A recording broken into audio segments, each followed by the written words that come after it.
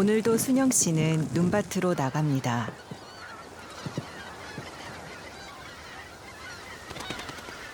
(30년) 가까이 계속해온 일입니다.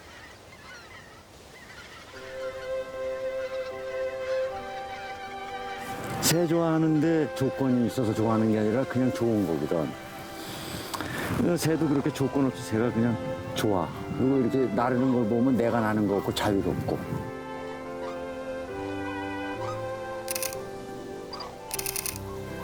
그 긴 시간 동안 이 땅에 살고 있는 크고 작고 귀하고 아름다운 수많은 새들이 카메라에 담겼습니다.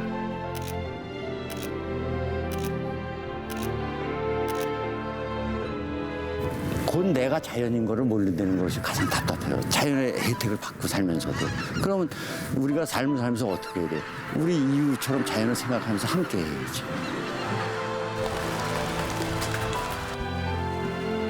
이 땅은 결코 사람들만의 세상이 아니라는 순영 씨.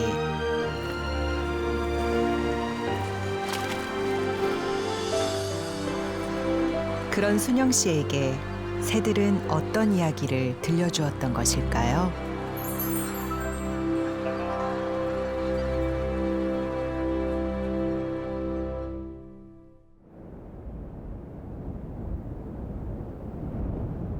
백두대간의 허리, 오대산.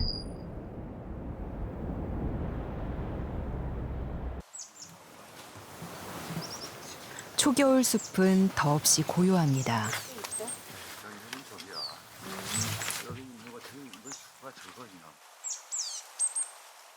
하지만 이 고요 속에서도 저마다의 삶이 치열하게 이어지고 있습니다.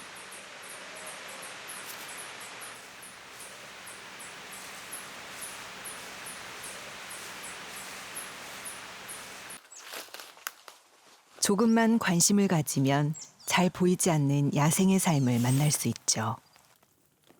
오른쪽. 납시다, 납시다. 뭐 파먹는데? 숲의 외과 의사 오색 딱따구리입니다. 죽은 고목도 그냥 놔둬야 되는데 이걸 다. 어디서나 볼 수 있는 흔한 고목일 뿐이지만 새들에겐 없어서는 안 될 식량 창고입니다. 이거 움직인다. 요거. 이게 이런 게 이제 작은 새가 딱딱으로 잡아먹고 작은 새들이 잡아먹는 거야 이거를. 그러면 그 작은 또 조류가 있음으로 해갖고 또 큰 맹금류들이 있는 거고. 근데 문제는 이 고목나무들을 갖다가 나이가 들었다고 해서 베내는 경우가 있어. 뭐 좀 상하고 그러면. 그걸 그대로 놔둬야 이제 이래서 올빼미류든가 예를 들어서 일반 새들의 서식처가 되는 거예요, 서식처.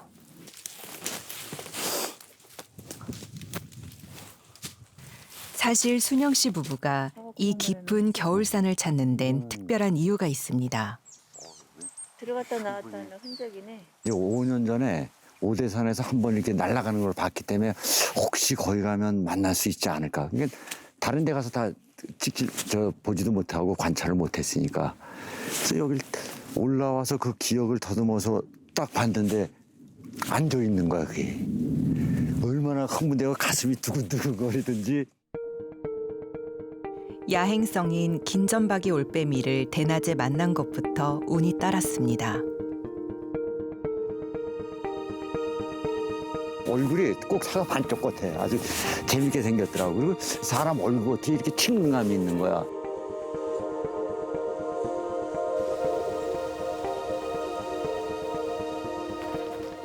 긴전박이 올빼미는 오래된 고목나무에서 삽니다.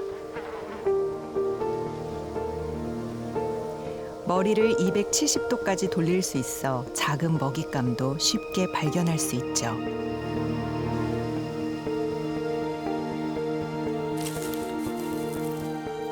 이 긴전박이 올빼미는 날 때 소리가 안 나잖아.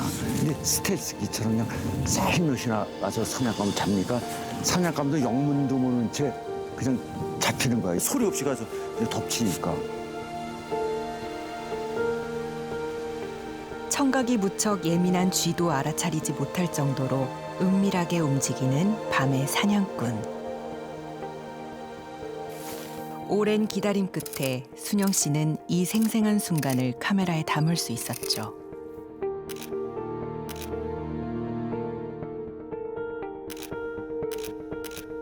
기록하지 않으면 잊혀진다는 것. 그것이 순영 씨가 새들을 기록하는 이유입니다.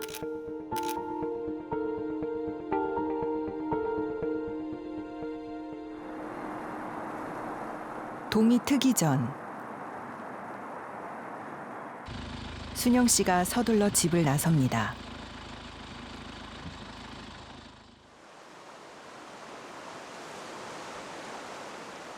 찾은 곳은 한강 상류인 팔당호.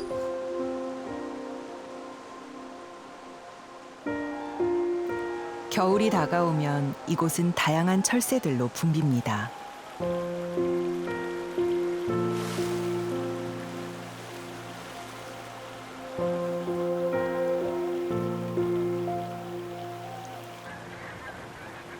수천 킬로미터를 날아오는 철새들이 지친 몸을 쉴 수 있고 또 다음 여정을 위해 영양도 보충할 수 있는 곳이기 때문이죠.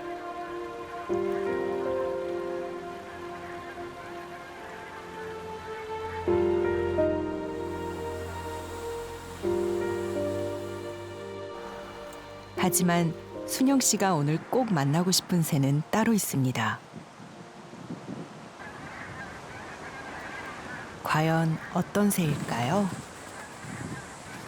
완전 12시 방향. 이거 곧장. 예, 저기 하얗게 보이는 저 집. 건물 바로 왼쪽 위. 저 왼쪽으로 날아가요. 왼쪽. 맞지? 빨리. 어디? 야, 저기 앞에 있다.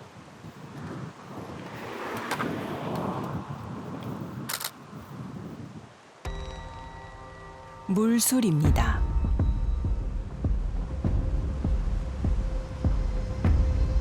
시베리아에서 수천 킬로미터를 날아와 10월에서 11월 한 달 정도 머물다 가는 나그네 새죠.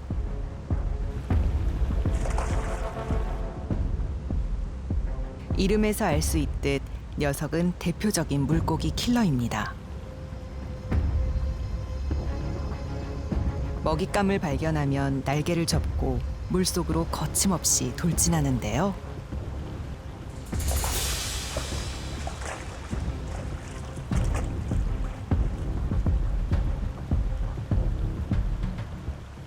먹이 사냥을 위해 몸을 완전히 물에 담그는 맹금은 물수리가 유일합니다. 촘촘하고 기름으로 뒤덮인 깃털이 물을 금세 털어내주기 때문이죠.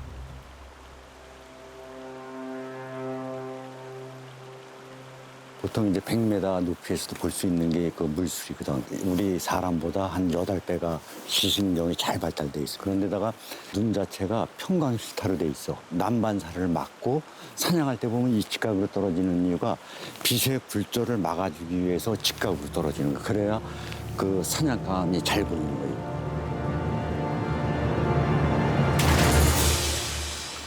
시속 130km의 민첩성, 정확성.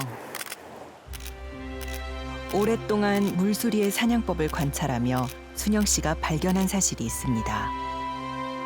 그건 물수리의 몸이 물고기 사냥에 최적화돼 있다는 것이죠. 한 번 걸려들면은 빠져나가지 못하는 이유가 앞에 3개가 있고 뒤에 하나가 있는데 사냥감을 잡을 때 이 발이 바깥쪽 발가락이 뒤로 가갖고 앞에 2개, 뒤에 2개가 돼버리는 거야. 낮에 사냥하는 맹금류 중 물수리만 유일하게 발가락 위치를 바꿀 수 있는 것도 오랜 관찰로 알게 된 사실입니다. 물수리의 발과 발톱은 미끄러운 물고기를 움켜잡는데 아주 유리하죠. 바로 이 가운데에 돌기 2개가 있어요. 그게 미끄러지지 않게 하는 역할을 하는 거예요, 사냥할 때. 방향 전환도 자유자재로 할 수 있습니다. 꼬리를 부채처럼 펴서 틀면 비행 방향을 순식간에 바꿀 수 있죠. 목표물을 발견하면 물속으로 입수하는 동작에 온 힘을 집중합니다.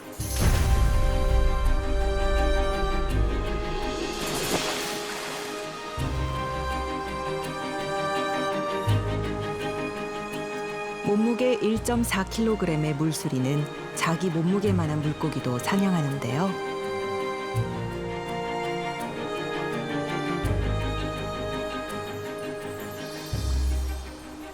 물고기 사냥 후 이동 과정에도 놀라운 지혜가 숨어 있습니다. 사냥을 하고 나서 끌고 올라가면서 잡은 거를 갖다가 머리를 앞으로 향하게 해. 그건 뭐냐면 날아가면서 공기 저항을 줄이기 위해서 그런 거거든. 그렇게 치밀한 계산까지 한다. 이처럼 먹이 포착해서 사냥, 운반까지 전천후 기능을 갖고 있는 물수리. 하지만 물수리에게도 강적이 있습니다.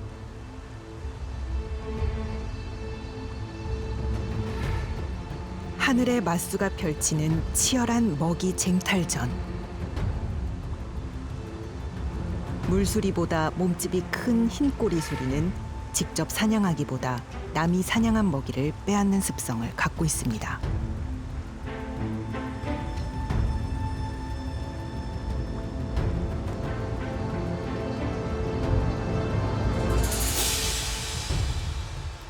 결국 물수리의 먹잇감은 흰꼬리 수리 차지가 됐습니다.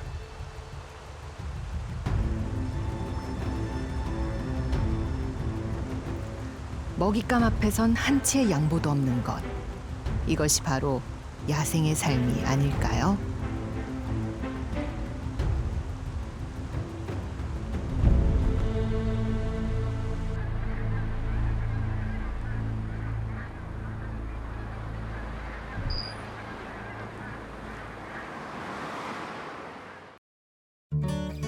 새들을 관찰한 30년.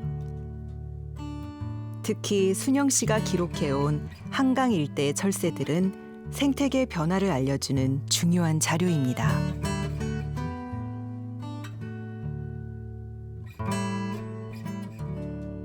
한때는 우리 가까이 있었던 새들. 하지만 시간이 지날수록 점점 만나기 어려워지고 있습니다.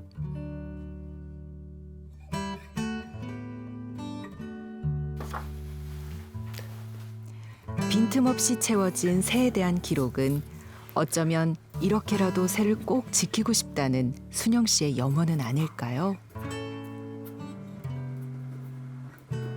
제일 중요한 거는 최초에 발견된 날짜, 그리고 이제 그 안에 이제 계속 보고한 걸 갖다 숫자를 계속 적어 놓는 거예요. 그래야 이제 생태 관찰 변화를 알 수가 있기 때문에. 예를 들어서 적게 오고 발견이 안 될 때는 어떤 원인인지도 파악하게 되거든.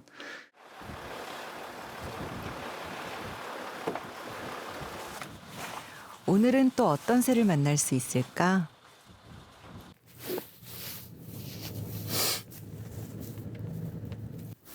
저에 대한 약속이 있었기 때문에 그 자신에 대한 약속을 깨기가 힘들더라고요. 그러니까 하루락도 나가지 않으면은 그 하루가 시작되질 않아. 마음이 불안하고. 그래서 꼭 평야를 나가서 새들을 관찰하고. 민물과 바닷물이 만나는 한강 하구.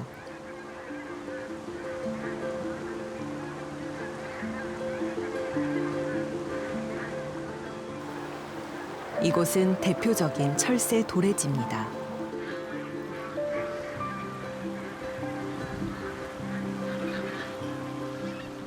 먹잇감이 풍부하고 사람들의 간섭이 덜해 철새들에게 안전한 장소이기 때문입니다.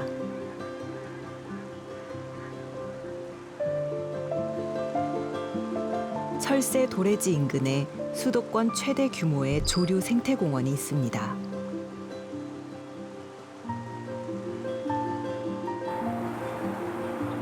한강 하구의 신도시 개발 이야기가 나올 때부터 환경운동가들이 주장해 만들어진 새들을 위한 공간입니다.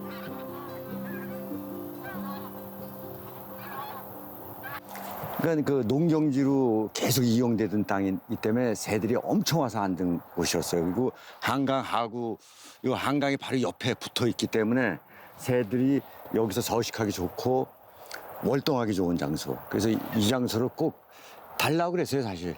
왜? 신도시가 들어오면서 모든 평야가 파괴가 되니까 새들한테도 전세권을 주자. 같이 살자. 그래서 이걸 신도시에 편입시켜서 새들의 땅으로 만든 거죠.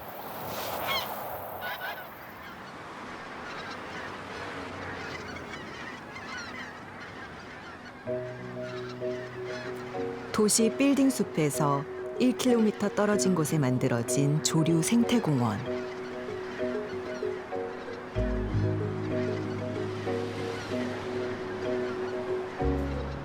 이곳은 도시가 야생동물들에게 마지막으로 허락한 오아시스 같은 곳입니다.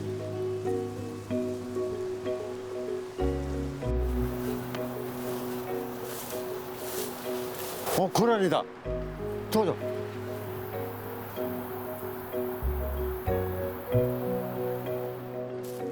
물을 좋아하는 고라니도 있고요. 겁쟁이 꿩도 여럿 있습니다.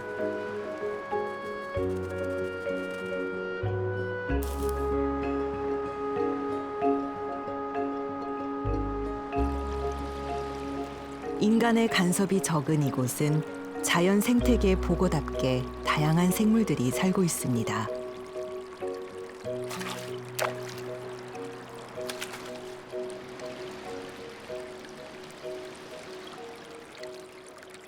여기 창기가 있네. 이는 못 나가.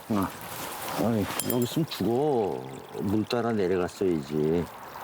여기서 아직까지 논에 있으면 어떻게 살려고. 이 수컷. 여기는 특징이 털이 많이 나 있을 텐데. 다 말라. 요 청개를 갖다 환하게 하는 방법이 있어요. 이 청개를 환하게 하는 방법은 지리지리. 이거 아주 기분 나쁘지. 이거, 야. 물 만난 고기처럼 물을 만나야 너도 산다.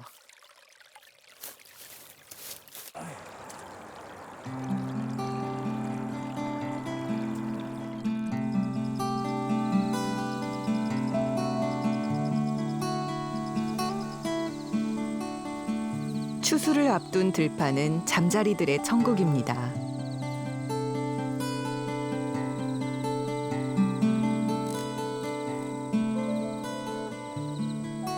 이 잠자리 때를 소리 없이 노리는 녀석.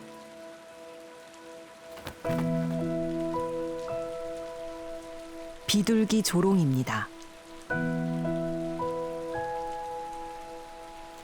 색깔과 몸집이 비둘기를 닮아 비둘기 조롱이로 불린다는데요.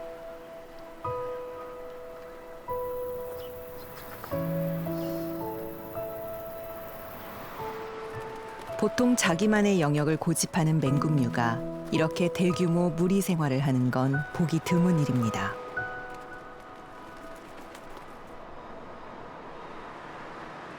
비둘기 조롱이의 사냥 솜씨 한번 볼까요?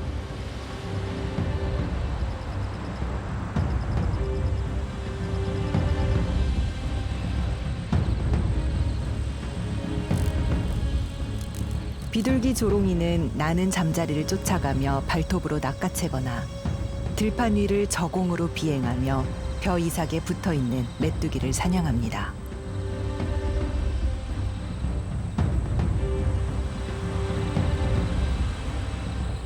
녀석들에게 잠자리와 메뚜기는 더 없는 단백질 공급원이죠.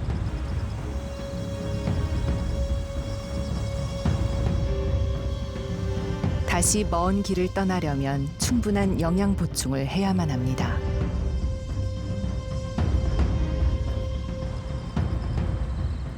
비둘기 조롱이는 한강 하구를 비롯한 중부 지역 일부에서만 드물게 발견되는데요. 해가 갈수록 찾아오는 개체수가 줄어들고 있습니다. 이따 저 뭐야? 얘네들은 저기야 잠자리를 갖다 잡으면은 날개부터 다 뛴다고 몸통만 먹지. 여기 있네. 날개. 잠자리 날개. 비둘기 조롱이의 여정은 상상을 초월합니다. 잠시 머물다 가는 거야. 한 15일 정도. 어디로 가냐면 인도양을 건너서 인도, 스리랑카로 가. 목적지가 그다음에 스리랑카에서 다시 아라비아해를 건너서 남아프리카까지 가는 거야, 이게. 그러니까 지구 반 바퀴를 도는 거지. 어떻게 이 작은 체구로 대륙을 오갈까요? 비행 거리가 무려 2만 킬로미터.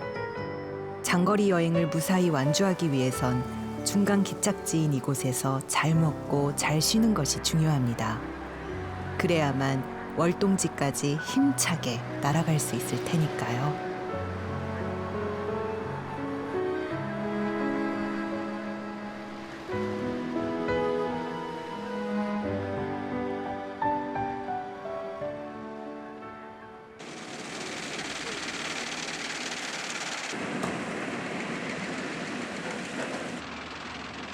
가을은 수확의 계절입니다.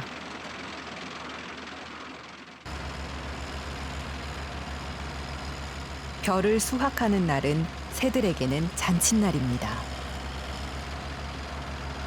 아직 먼 길을 떠나지 못한 제비들도 마지막 영양 보충을 합니다.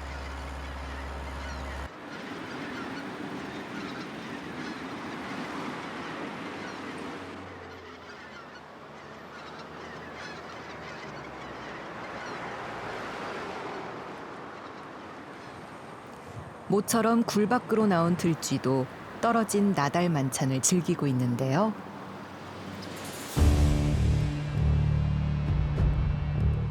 역시 놓치지 않는 녀석이 있습니다.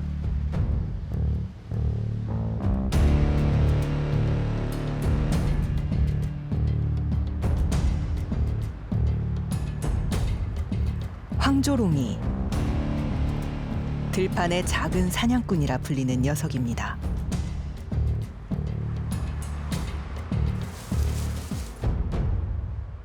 벼를 수확한 들판은 황조롱이에게 유리한 사냥터입니다. 먹잇감을 쉽게 찾을 수 있기 때문이죠.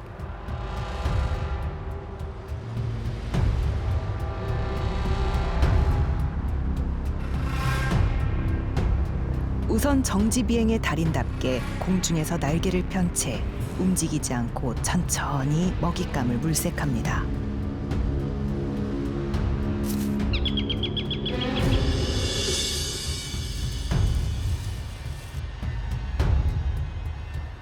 녀석들은 설치류의 분비물에서 반사되는 자외선을 보고 먹잇감을 찾아내는데요. 저공비행으로 포위망을 좁히고 뛰어난 자외선 감지 능력으로 들쥐의 동선과 위치를 파악한 뒤 순식간에 덮치죠.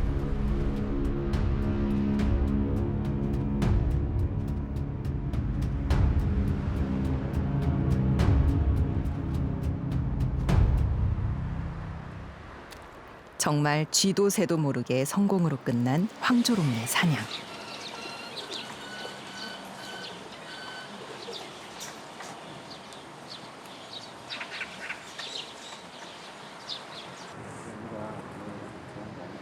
하지만 늦가을 들판엔 또 다른 사냥꾼이 있습니다.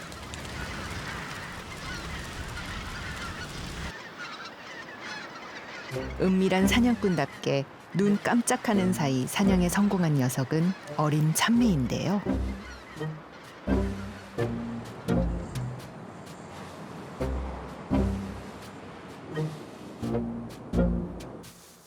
잔인한 힘의 논리가 지배하는 약육 강식의 세계. 하지만 맹금이 많다는 건 먹잇감이 많다는 것이고, 먹잇감이 많다는 건 생태계가 건강하다는 뜻이겠죠. 그냥 한 방에 불려 그냥 생명 들어서 목을 갖다 그냥 움켜쥐었네. 야, 그래갖고 그냥 적사한 거는 이거 피봐. 체온도 따뜻하네 지금. 어떻게 양육강식이라는 그 말보다는 먹히고 먹기는 사슬하냐 그렇게 표현하는 것보다는 자연의 그 순환의 질서, 순리라고 표현하는 것이 참 더 좋지. 그러니까 얘네들이 뭐 살생을 해도 무죄야. 사람은 살생하면 무죄가 아니지만 얘네들은 무죄.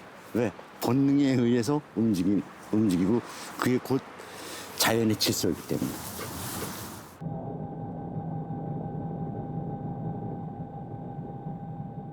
김포 홍도 평야. 원래는 섬이었다가 일제 강점기부터 시작된 간척 사업으로 농경지로 바뀌었습니다. 그 후 이곳엔 가을의 전령사 큰 기러기가 매년 수천 마리씩 날아들었습니다.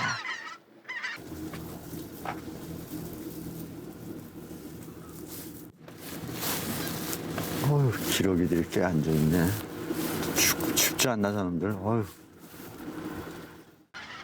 홍도 나간, 홍자는 큰 기러기, 김포 8경 중에 하나. 기러기 앉는 모습이 아름답다 해서 홍도 나간이라고 그러지. 그래서 아주 땅이 비옥하고 진짜 좋은 땅이지. 하지만 도시 개발을 위한 농경지 매립이 계속되면서 큰 기러기들의 땅이 점점 사라지고 있습니다. 순영 씨가 큰 기러기의 개체수를 세세하게 기록하는 것도 이 때문이죠.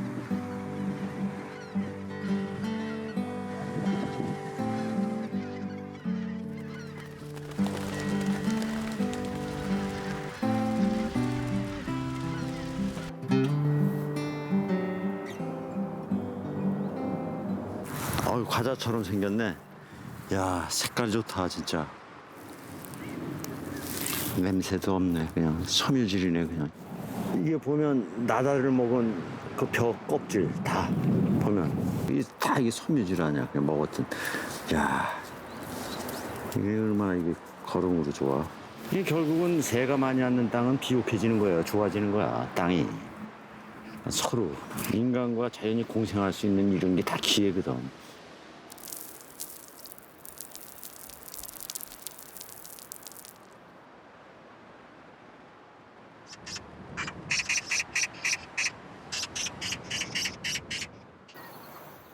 철새들의 이동이 활발한 계절.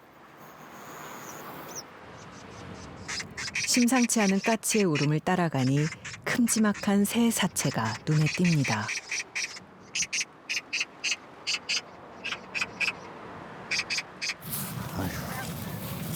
어휴, 이 큰 기러기인데 뭐. 큰 기러기? 죽은 지가 좀 며칠 됐어. 이거 썩은 게 아니라 저 까치하고 까마귀가 이걸 파먹은 거야, 이 살을. 대부분 자연사한 거로 봐서 4,000km에 달하는 장거리 여행에 쇠약해진 까닭으로 보이는데요. 어디 뭐 부딪힌 것도 아니고 독을 먹은 것도 아니야. 맹금류는 뭐를 따라오냐면 이런 철새들이 따라와. 근데 이게 지금 죽었어. 죽으면 제일 먼저 이제 까치 까마귀가 덤벼. 그 다음에 또 맹금류들이 덤비는 거야. 이렇게 됨으로 해서 다른 동물이 살아나갈 수 있는 그 연결고리가 되는 거야. 이게 자연의 순환이지, 순환.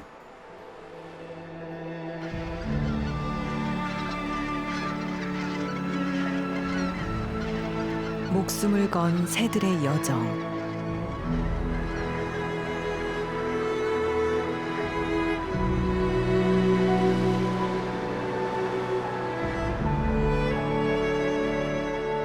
이 위대한 여정은 계속될 수 있을까요?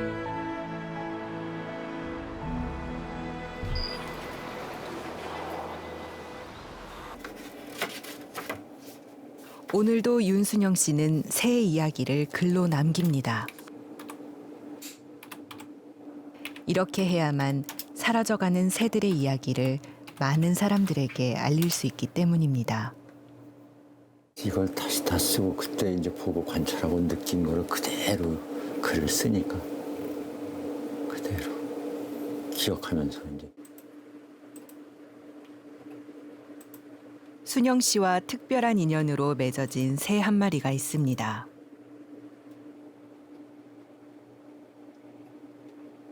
이게 왕발.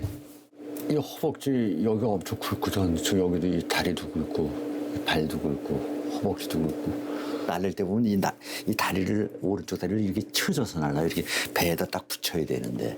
그리고 이제 2015년도에 만났을 때 새끼야. 응? 근데 2년 후에 다시 만났어. 또 이렇게 변했어. 이 색깔이 점점 어미를 닮아가잖아. 8년 전 팔당호에서 처음 만난 참수리 부부. 이듬해 부부는 새끼 한 마리를 데리고 나타났습니다. 그때부터 순영 씨는 매년 어린 참수리의 성장 과정을 사진으로 기록했습니다. 깃털갈이를 통해 유조에서 성조가 될 때까지 5년이 걸린다는 것도 관찰을 통해 알게 된 사실입니다.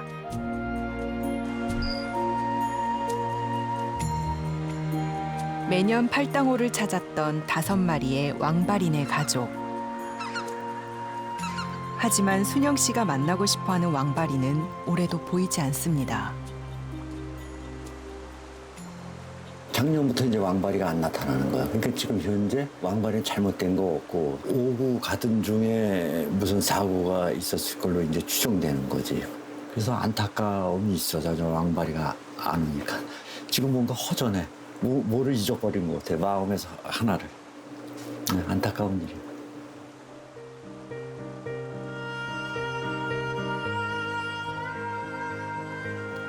왕발이가 사라진 팔당호에서 다른 참수리가 눈길을 사로잡았습니다. 순영 씨는 이 녀석을 왕발이의 새끼 중 하나로 추정하고 있는데요. 녀석이 왕발이가 늘 앉았던 바로 그 나무에 앉기 때문입니다.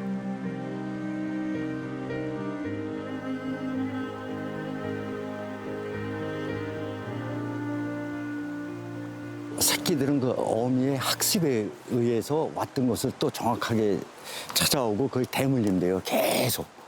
그래서 정확하게 그 자리를 찾아오고 어미가 앉던 나무에 어린 새끼들이 다시 그 나무를 차지해서 앉고. 왕발이는 더 이상 볼 수 없지만 왕발이의 새끼로 추정되는 참수리는 왕발이가 머물던 그 자리를 잊지 않고 찾아오고 있습니다.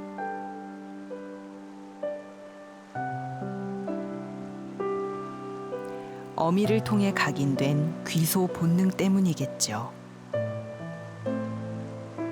용맹함과 신중함을 두루 갖춘 참수리는 한강의 제왕으로 불립니다.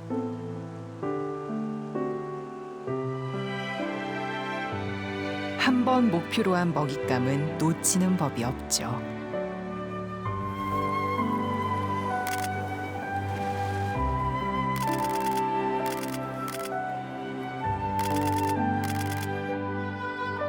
(8년) 동안 참수리를 집요하게 따라다닌 끝에 담을 수 있었던 참수리의 사냥 모습입니다.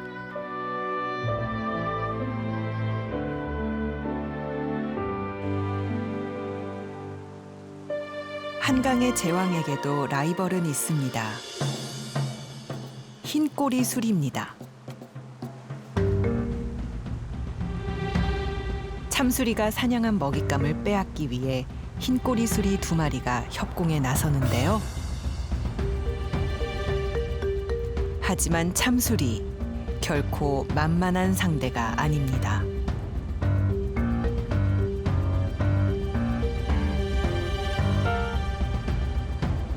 참수리가 이 발을 잘 써요. 발을 원래 싸움을 할 때.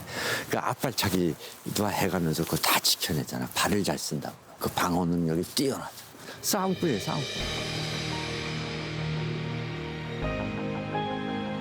참수리와 흰꼬리 수리의 먹이 쟁탈전. 맹금의 세계에서도 생존 경쟁은 치열합니다.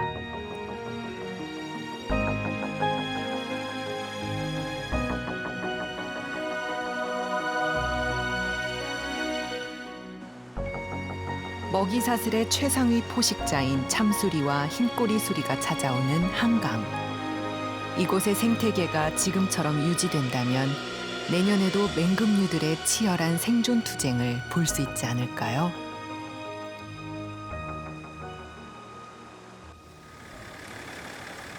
(12월) 눈이 내립니다. 오늘도 윤순영 씨는 길 위에 있습니다.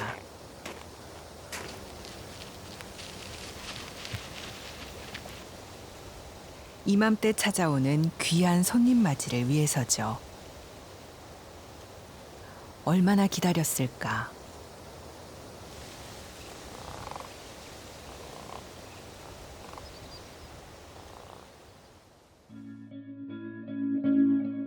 전 세계에 5천여 마리만 남아있는 멸종위기 야생생물 제두름입니다.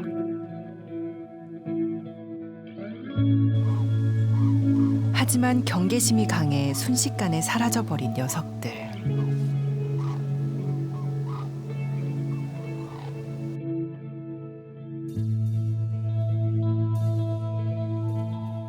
제두루미와의 인연은 20년 전 찍은 한 장의 사진에서 시작됐습니다. 사실 이 사진 때문에 내가 더 제두루미한테 매료가 됐지. 한 군데 이렇게 쳐다보면서 있는 이 모습, 특히 뭔가를 생각하는 새 같아. 어떻게 보면 철학적?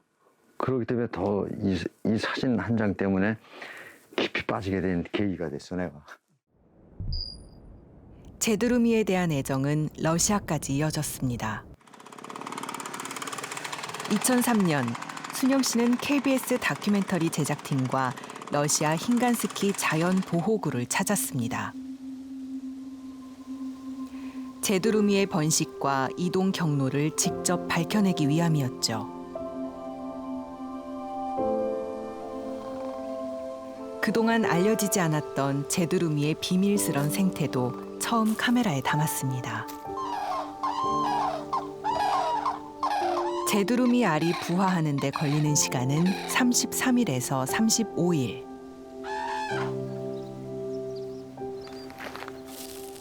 알에서 태어난 제두루미는 태어난 지 한두 시간 만에 엄마를 따라 걷고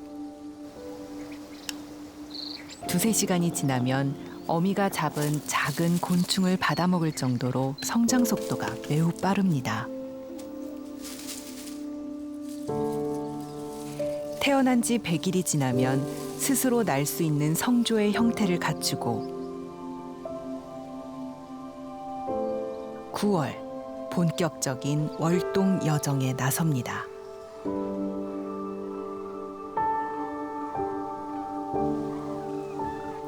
시베리아의 혹독한 추위를 피해 2,000km를 날아 한반도에 도착한 제두루미.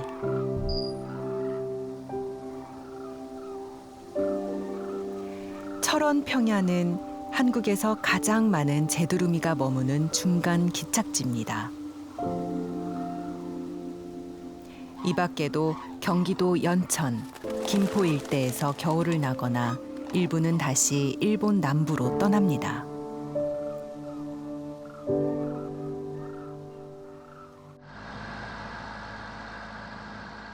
하늘에는 경계가 없지만 새들에겐 고유한 영역이 있습니다.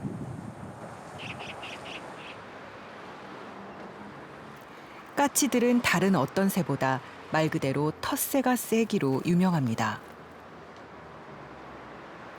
먹이를 찾아 까치의 영역에 들어온 말똥가리.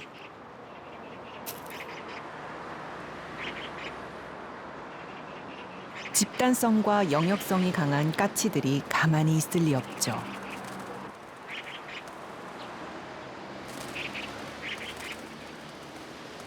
자기보다 몇 배나 큰 맹금류 앞에서도 물러섬이 없는 까치.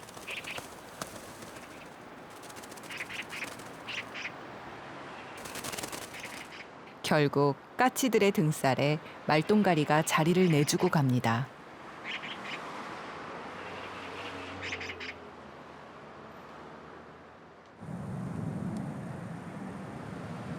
지난 11월 마침내 제두루미 가족이 대장동 평야에 모습을 드러냈습니다.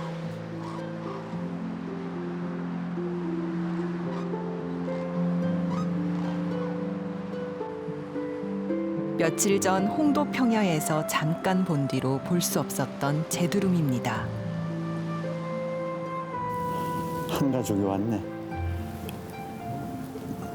새끼가 한 마리야. 3마리가 저 가운데 있는 게 어린이네. 저 앞에 서가는구나. 제두루미는 이름처럼 몸통 색깔이 잿빛을 띱니다. 얼굴과 이마는 털이 없는 붉은색을 띠는 것이 특징이죠.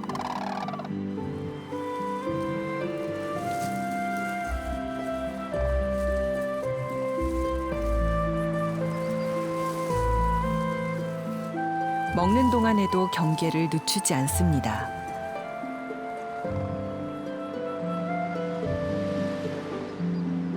어린 새끼를 가운데 두고 부모가 번갈아 망을 보며 먹이를 먹죠.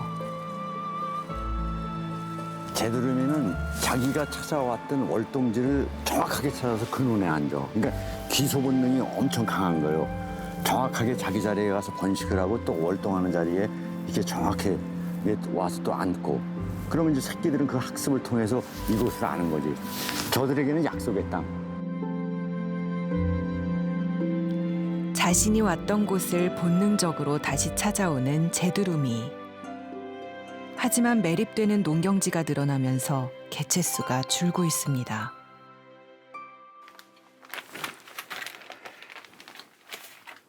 불과 20년 전만 해도 김포 일대는 제두루미의 땅이었습니다.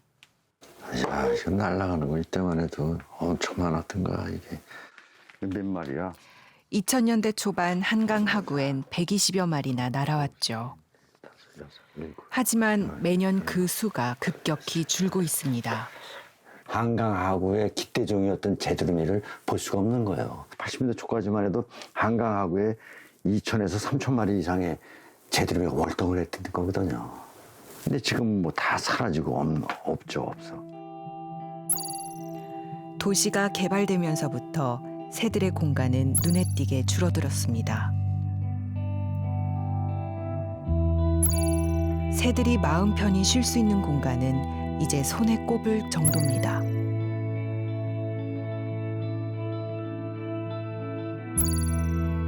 새들을 반겨주었던 너른 들판엔 고층 아파트가 들어섰습니다.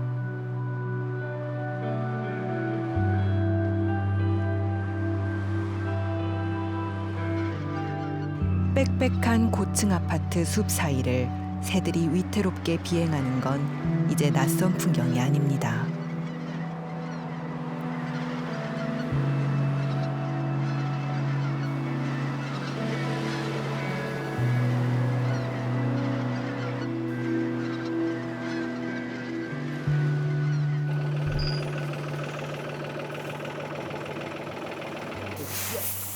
오늘은 순영 씨가 카메라 대신 곡식을 들고 들판을 찾았습니다.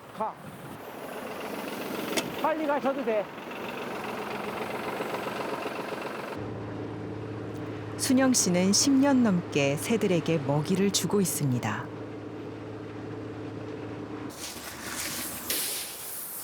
이렇게 해야 한 마리의 새라도 더 찾아올 수 있다고 믿기 때문이죠. 이거 원래 새들이 월동을 잘해야 그 다음에 번식지로 가서 번식을 잘하는 거야. 그러니까 번식지도 물론 중요하지만 월동지가 더 중요해. 월동을 잘해야 건강해서 번식지로 돌아가서 새끼들을 갖다 번식시킬 수 있는 조건이 돼, 체력이 되는 거지. 그래서 월동지가 매우 중요하지. 번식지만큼이나. 한 마리의 새라도 더 이 땅을 기억하고 한 마리의 새라도 더 이곳에 찾아오기를 바라는 그런 마음에서 뿌리는 희망의 씨앗. 이곳에서 겨울을 난 새들은 그 기억을 안고 떠날 것이며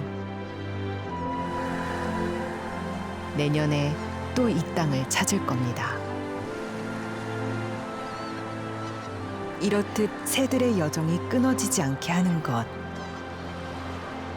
그것이 순영 씨의 바람이자 목표입니다. 이미 그 자리를 떠나면 끝나는 거거든요. 돌아오지 않아요, 절대. 그러나 아직까지 종자가 남아있어. 이때 기회가 있는 거죠. 그러니까 아직까지 홍도평야 멸종위 종들이 온다는 것, 흔기러기들이 온다는 것, 이것은 기회의 땅이라는 거지, 아직까지. 그 기회를 놓치면 안 되는 거예요. 결국 떠나면 오지 않는다는 거야, 새들은. 자연이 훼손되지 않는 한 계속해서 새들이 찾아올 거라는 순영 씨. 그것은 우리가 새들을 위해 무엇을 해야 하는지 더 고민해야 한다는 뜻 아닐까요?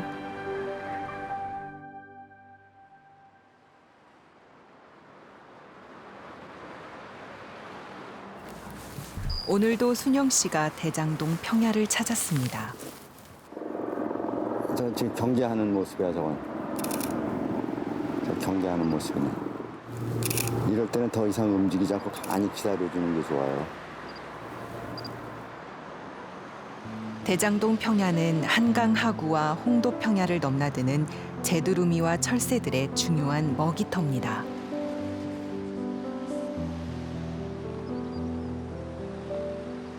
새끼가 한번 뜰 때마다 나달 300개를 먹어야 되는 그 열량이 필요해요. 그러니까 새끼가 자꾸만 나름으로 해갖고 체력 소모가 되는 걸 막기 위함이에요. 그래서 따로 떨어져서 새끼를 보호하는 거지. 방해 안 받고 안전하게.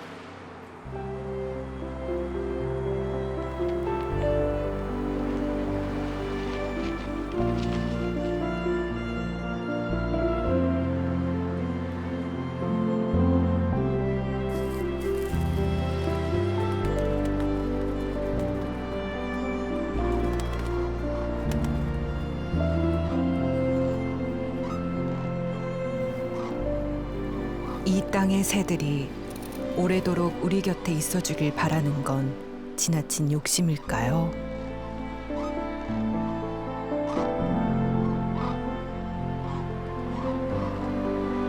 새들에게는 여기가 약속의 땅이에요. 등기가 없어도.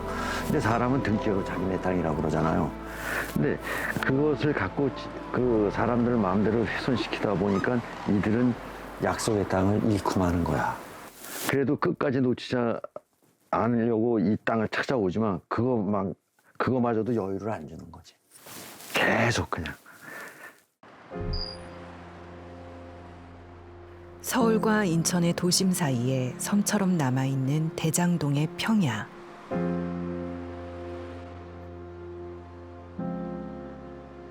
그러나 지난해 대장동 일대는 3기 신도시 개발지구로 지정됐습니다. 그것은 이곳을 찾아오는 새들에겐 고향이 사라진다는 의미입니다.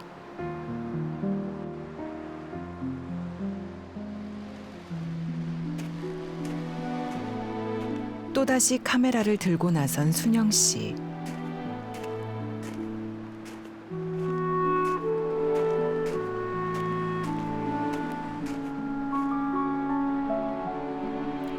어쩌면 새들이 순영 씨에게 간절하게 들려주고 싶은 말은 마지막 남은 고향이라도 지켜달라는 당부일지도 모릅니다.